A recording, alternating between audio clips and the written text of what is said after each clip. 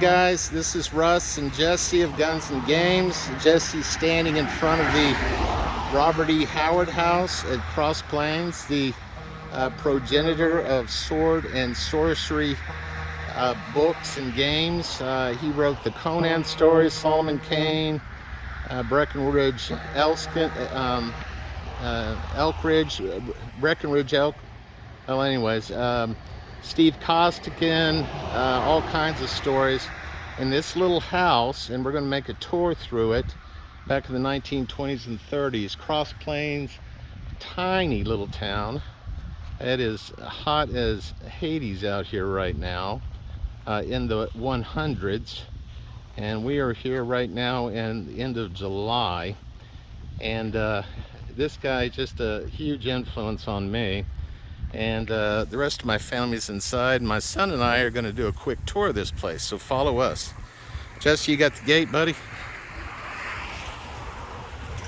And this is Jesse of Guns and Games, and we're going to walk inside. You just have to come and see this place if you're in the West Texas area. I actually live about 3 hours from here in Lubbock, Texas.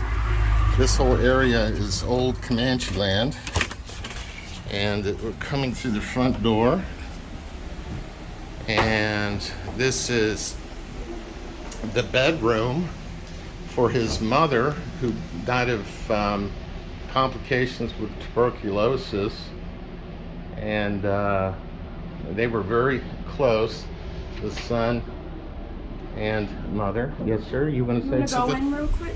Yeah. Okay, my son wants to go in and look at the bedroom for Mrs. Howard. And this window right there goes out to Robert's bedroom. And his bedroom was built out on the porch. And that's where he typed all of his wondrous stories like Conan and Solomon Kane and such. Various pictures of his typewriter, information, pictures of Robert E. Howard at younger age, boxing. He was into physique training the older he got, and evidently he was a very large man, very and there's big. A picture of him right there with Dave Lee. There he is, looking like he's boxing. This is a picture of him in front of his house with his dog. And we're going to come over here to his bedroom. This was his bedroom, and he would type away at his number 5 typewriter. I forget the brand, forgive me. But can you imagine him typing all those stories, making all these stories in this little itty bitty room, which was the back porch, and it had been enclosed for him at some point. And there's he and his mother very close, and that's the window to his mother's room, and various books that had been in his collection at one time. And there's a story of him typing away in the wee hours in little Cross Plains, Texas, and the neighbor across the way yelled across the yard for him to quit that infernal typing. And his mother yelled from the room, he's typing, he's an author. So basically telling her to shut up because he was busy. So we're gonna look at some more of the house. And here's the kitchen with various types of Howard memorabilia and books. We had those little, like, it was a tub for the laundry, and then you just went. Yeah, the ringer. My wife and daughter, my son, Did you have a double? and this wondrous lady right here who has been giving us the tour of the place. Can you introduce yourself? I'm sorry to interrupt. I'm Arlene Stevenson. And she has just been wonderful in sharing all kinds of trivia about Robert E. Howard and his days and living and this wondrous home. Thank you, Miss Arlene. You're welcome. We're going to go through the rest of the house. This was supposed to have been the dining room, but Miss Arlene indicates that it was stacked with books, almost like a little, well, it was a private library that they had stacked with books that evidently the father, the mother, and the son were quite literary that enjoyed poetry and their reading and such.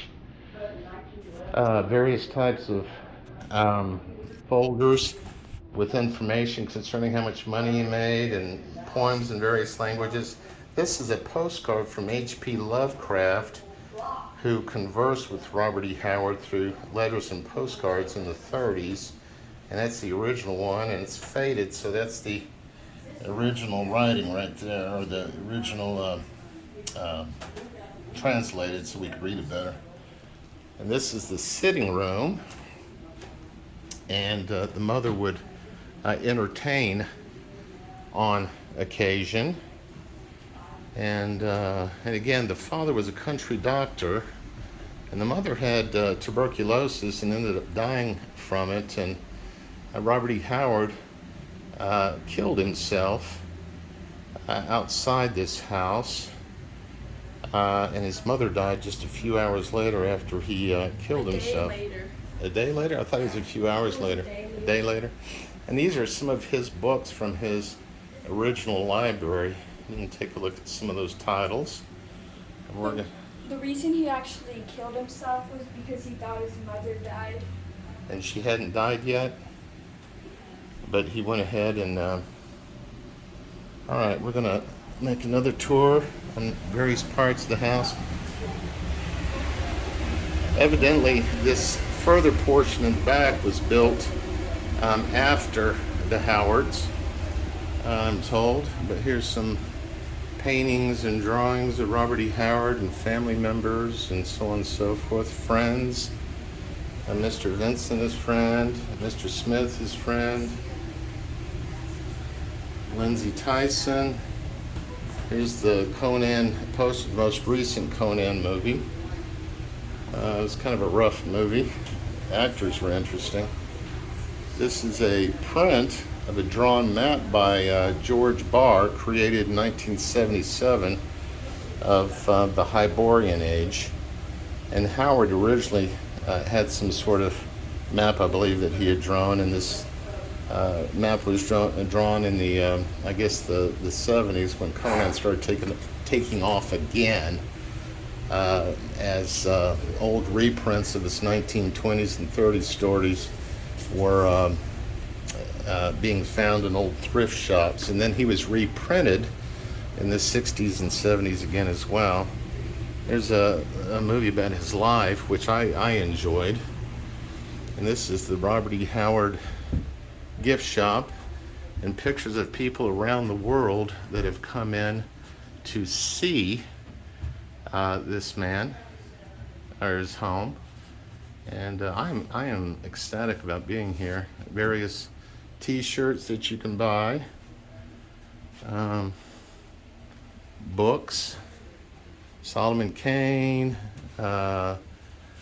Cole the Conqueror, Bran McMorn, El Borak, a lot of just wondrous stories and pamphlets and books and so on and so forth. I'm going to come back here in a minute and see what I can find to purchase for myself, my collection. And storage area, back door. And we're going to come back through here. And Jesse, is there something you want to say before we end?